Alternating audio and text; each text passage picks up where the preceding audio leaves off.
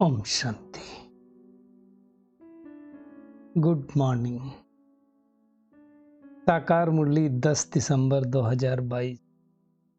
बाबा का मीठा मीठा पत्र हम मीठे मीठे बच्चों के मीठे मंथन के लिए। मंथन शुरू करने से पहले आनंद के सागर शिव बाबा की आनंद भरी किरणों के नीचे बैठ जाते और महसूस करते हैं, मैं आनंद स्वरूप आत्मा हूं, आनंद के सागर की संतान हूं।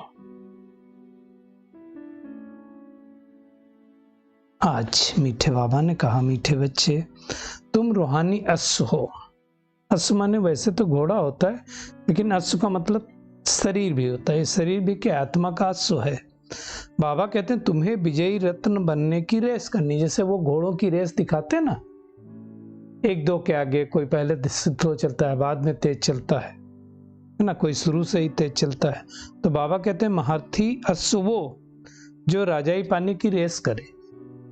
कैसे हम एक दो के आगे निकलें, कैसे एक दो से ज्यादा सेवा करें, कैसे एक से दो से ज्यादा ज्ञान दूसरों को दें, उसकी रेस बाबा कहते हैं करनी है। तुम बच्चों में प्रश्न में पूछा बाबा ने, सतो प्रधान पुरुषार्थी कौन और तमो पुरुषार्थी कौन? पुरुषार्थी भी अलग अलग तरह के होते हैं ना। बाबा कहते हैं सतो प्रधान पुरुषार्थी वो जो रचयिता यानी शिव बाबा, और रचना, बाबा की रचना क्या है? हम बच्चे देवी देवता हैं जो बनने वाले, और रचना को जान कर पुरुषार्थ करते हैं। जो देवी देवता हैं तो उनको समझ कर, जिनकी बुद्धि में हमेशा सृष्टि के आदि मध्यांत की नॉलेज चक्र की तरह घूमती रहती, इसलिए सृष्टि चक्र कहा जाता है। बुद्धि में चक्र घूमता रहे ऐसे ऐसे। बाबा कहते हैं जिन्हें बाप की याद का शुद्ध अहंकार है। और तमो पुरुषार्थी किसको कहेंगे? जो कहते हैं अरे कल पहले जो किया होगा कर लेंगे, जो मिलेगा वो मिलना होगा मिल जाएगा, चलता है, वो तमो प्रधान पुरुषार्थी है ना। उत्तम, मध्यम, कनिष्ठ, तीन तरह के पुरुषार्थी होते हैं ना। तो हम कौन से हैं? उत्तम वाले हैं, मध्यम वाले हैं, कनिष्ठ वाले हैं। कनिष्ठ वाले निम्न कैटेगरी का जो बाबा ने कहा तमो प्रधान, और मध्यम वाले मतलब रजो, ठीक है थोड़ा किया कभी नहीं किया, वैसे वाले हैं। आज का गीत है दुखियों पर रहम, कुछ रहम करो माँ बाप हमारे। कौन है हमारा माँ बाप? निराकार परमात्मा शिव बाबा जब इस ब्रह्मा के तन में आता है ना। बाबा कहते हैं जब बैठते हो, सेंटर पे बैठे चाहे मधुबन में जाएं, हमें क्या करना है? बाबा की याद में रहना है। कल भी बाबा ने कहा था, बाबा हर रोज वैसे ये बात बताते हैं कि तुम सारा कल देह अभिमान में रहते हो। एक यही समय है पुरुषोत्तम संगम युग जब हम आत्माभिमानी देह अभिमानी बनते हैं। तो हमें देह अभिमान छोड़ना है, वापस घर जाना है। बहुत पुराना कपड़ा हो गया, बहुत पुराना तन हो गया, अब इसको हमें छोड़ के जाना है। ये अहंकार छोड़ना है और बाबा को याद करना है। अब दुनिया वाले बाबा को तो जानते ही नहीं, सर्वव्यापी कहते हैं, तो याद किसको करेंगे? अब देखो, जब कहते हैं गॉड फादर तो बुद्धि कहाँ जाती? ऊपर जाती। इसका मतलब परमात्मा तो ऊपर ही रहता है ना। अगर परमात्मा सब जगह हो तो फिर याद करने की दरकार ही नहीं है। सब जगह है, इधर भी है, उधर भी, उधर भी, उधर भी। बाबा कहते हैं मैं बच्चों को सुख देकर जाता हूं, इसलिए उस सुख को सभी याद करते हैं। आप संसार में भी देखो, कोई व्यक्ति जब कोई शरीर छोड़ता है ना, तो वो चला गया, उससे उतना फर्क नहीं पड़ता। उसके द्वारा जो हमें सुख मिल रहा था, जो हमें प्राप्ति हो रही, वो नहीं हो रही, इसलिए ज्यादा परेशान होते हैं। ये सब बातें बाबा समझाते हैं। बाबा कहते हैं तुमको तीसरा ज्ञान का नेत्र मिला हुआ है, जिससे ज्ञान के नेत्र से तो हमने जाना कि मैं आत्मा हूं। ज्ञान के नेत्र से हमने जाना हमने 84 जन्म लिए। ज्ञान के नेत्र से हमने परमात्मा को जाना, पहले तो पता ही नहीं था ना। तो उस नेत्र के द्वारा हम राजयोग सीखते हैं, बाबा सिखलाता है, जिससे स्वर्ग के मालिक बनेंगे। बाकी और गीता उता पढ़ने से न तो स्वर्ग की याद आती, न तो मालिक कोई बन सकता है। कितना फर्क है।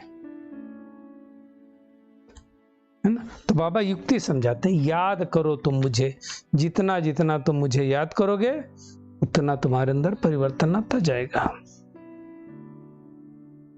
बाबा कितना प्यार से कहते हैं, तुम मेरे हो,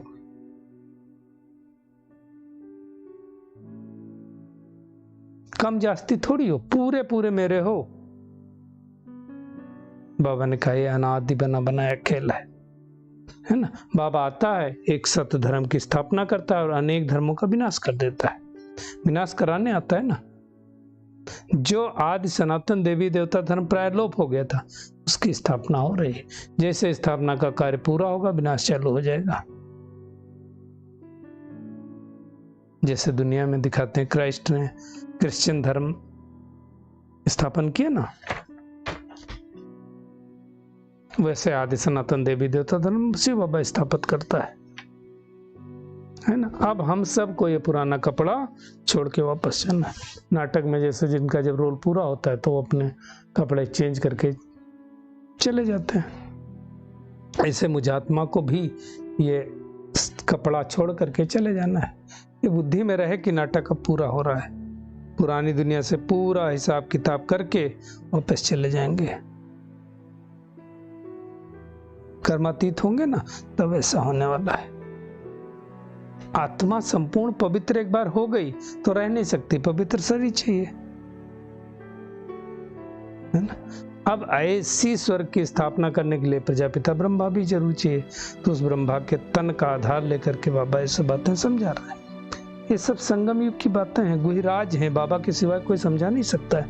कितनी महिमा उसकी, इसलिए कहते हैं सागर की स्याही बनाओ, जंगल की कलम बनाओ, पृथ्वी के कागज बनाओ, माँ सरस्वती बैठ के लिखें, फिर भी न लिख पाए, उसकी महिमा इसीलिए कही जाती है। हाँ, अगर बाबा से पूरा वर्षा लेना तो पूरा निश्चय होना चाहिए। संशय होगा तो पूरा वर्षा नहीं मिलेगा। तीर लगना चाहिए तो एकदम निश्चय बुद्धि हो जाएगा। तो ये सब बातें बाबा नई नई चीजें समझाते रहते हैं, है ना। परमात्मा ही आकर के कहता है, देखो सुप्रीम सोल एक है, सोल अनेक है, सोल सुप्रीम सोल। तो अब हमें अपने आप को आत्मा समझ करके उस सुप्रीम सोल को याद करना है। बाबा कहते कईयों के ऊपर ग्रहचारी बैठ जाती, ग्रह दशा बैठी फिर गिर जाते हैं। बृहस्पति दशा कभी बैठेगी, कभी शुक्र की, कभी शनिश्चर की, कभी राहु की। हमारे ऊपर कौन सी दशा बैठी? बृहस्पति की। तो पूरा कर्म इंद्रियों पर कंट्रोल रखना है। अरे जिससे 21 जन्मों का सुख मिल रहा है, कम बात है क्या? तो ऐसे बाबा को बड़े प्यार से याद करना है, श्रीमत पर पूरा पुरुषार्थ करना है। इसलिए बाबा पहले बता देता है, जितना तुम रुस्तम बनेंगे, पहलवान बनेंगे, ज्ञान योग में तीखे होंगे, माया भी उतने तीखे से आएगी। बाबा कहते हैं खबरदार रहना, कोई भी कर्म नहीं होना चाहिए कर्म इंद्रियों द्वारा। हम ईश्वरीय औलाद हैं, गॉडली स्टूडेंट हैं, तो बहुत बहुत रॉयल रहना है। बाबा कहते लक्ष्मी नारायण देखो कितने रॉयल है। वो संस्कार अभी हमें भरने हैं।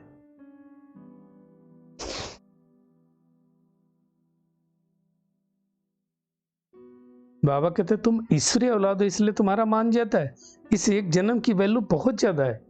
ये कहा जाता है डायमंड तुल्य, हीरे तुल्य जन्म। सतयुग में जब जाएंगे तो कहा जाता है सोने तुल्य जन्म। त्रेता में जाएंगे तो कहा जाता है चांदी तुल्य। तो सबसे ज्यादा तो यही हुआ ना अच्छा। तो हमें उस नशे में रहना है। अब ये झाड़ पूरा जड़जड़ी भूत हो गया, अब वापिस स्थापना हो रही, फिर ये झाड़ गिरेगा। बाबा कुछ करके गया, तब तो सोमनाथ का इतना बड़ा मंदिर बनाया, इतना धन लगाया होगा। ऐसे थोड़ी है। सतयुग में कहां से आएगा इतना सोना हीरे जवाहरात? खानियां निकलती, फिर उनकी ईंटें बनेंगी, फिर हम घर बनाएंगे। ये सब समझने की बातें हैं।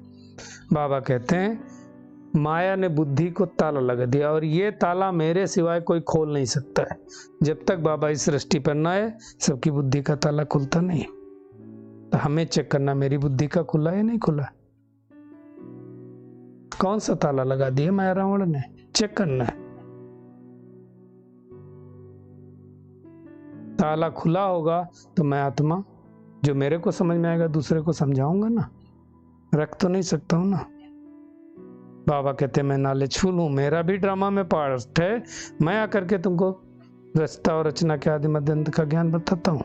मैं बाप भी हूं, टीचर भी हूं, सदगुरु भी हूं, तीनों इकट्ठे साथ में भी लेके जाएगा। बाबा कहते हैं गारंटी है, कोई दुनिया में गारंटी दे सकता है साथ ले जाने की बाबा को छोड़कर? सबको सुख शांति बाबा देता है, ऐसा नहीं होता कि किसी को दे किसी को न दे ना, सबको जंजीरों से छुड़ाने वाला है, इसलिए सारी दुनिया याद करती। अब जो उनकी श्रीमत पर चलते हैं, जंजीर से तो सबको छुड़ाएगा, उनको स्वर्ग की बादशाही मिलेगी, जो नहीं चलेंगे वो भी छूटेंगे लेकिन बादशाही नहीं मिलेगी। This is the difference. तो क्या करना है आज? कुछ भी हो जाए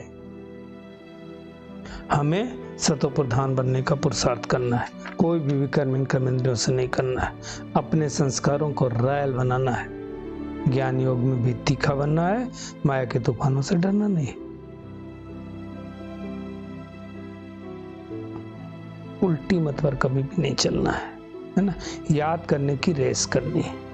आज का बाबा का वरदान है, हर कर्म योग युक्त युक्ति युक्त करने वाले कर्मयोगी सोने अंतर्योगी भव। बाबा कहते हैं कर्मयोगी आत्मा का हर कर्म योग युक्त होगा, युक्ति युक्त होगा। योग युक्त क्या होता है? मतलब जो भी कर्म करेंगे वो बाबा की याद समाई हुई होगी। युक्ति युक्त मतलब युक्ति से कि कैसे इस कर्म को करना है। अगर साधारण या व्यर्थ कर्म हो जाता है तो निरंतर योगी नहीं कहेंगे। निरंतर योग अर्थात याद का आधार है प्यार, जो प्यारा लगता है वो स्वतः याद रहता है। प्यार वाली चीज कोई भूलता नहीं और अपनी आप प्यारी चीज आकर्षित करती है। तो बाबा कहते हैं हर सेकंड, हर संकल्प, हर बोल सदा श्रेष्ठ हो। संकल्प, बोल, कर्म सब श्रेष्ठ हो, हर सेकंड हो। और एक बाप से दिल का प्यार हो, तब कहेंगे कर्मयोगी सो निरंतर योगी। ऐसा बनना है हमें। स्लोगन है, मेहनत से छूटना है ना तो मोहब्बत के झूले में झूलते रहो।